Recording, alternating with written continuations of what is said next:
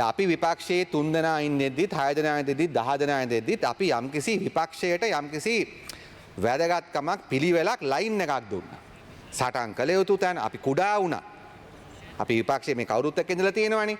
අපි යම්කිසි විනයක් ඇතුව මොන සටන මොන විදියටද මොන වෙලාවෙ ගන්න ඕනේද? ජනාධිපතිතුමා ඇතුළු අපි විපක්ෂයේ ඉන්නකොට අපි යම්කිසි විපක්ෂයට යම් ලයින් එකක් දුන්නා. ඒවා මේගොල්ලන් ලොකු කණ්ඩායම නිසා ඒවයි සමහරලාට මේගොල්ලන්ගේ සද්ද එළියට එන්නේ නැති. නමුත් අපි යම්කිසි විනයක් පිළිවෙලක් එක්ක තමයි විපක්ෂයේ කළේ. අද ඇත්තටම වෙලා තියෙන්නේ මේගොල්ලන්ට විපක්ෂ කරන්න තේරෙන්නේ නැහැ.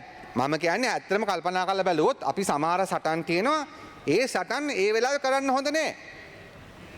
ඒ සටන් කරන්න හදන එකම මුළු වැඩේම චොර වෙනවා තේරෙනවා ස්ථිති කියනවා. දැන් කිසිම පිළිවෙලක් නැහැ. ආතබූත ඔහේ එක එකව දඟලනවා. ඒ නිසා පාස්කු ප්‍රහාරයේදී ඒක සම්බන්ධ පරීක්ෂණ කරන පරීක්ෂකයන්ට ගහන. ගහලා පස්සේ බැලුවට පස්සේ තමයි හිතෙන්නේ මොන අවුලක්ද කරගත්තේ කියලා. ඉතින් මෙතනත් ඒකයි තියෙන්නේ. දැන් රාජපක්ෂලා ඇතුළු ඉන්නවා මෙතන. එතකොට ඒ හොරු දැන් හිරේට යමින් ඉන්නේ අධිකරණ ක්‍රියාවලියේ ඉන්නේ.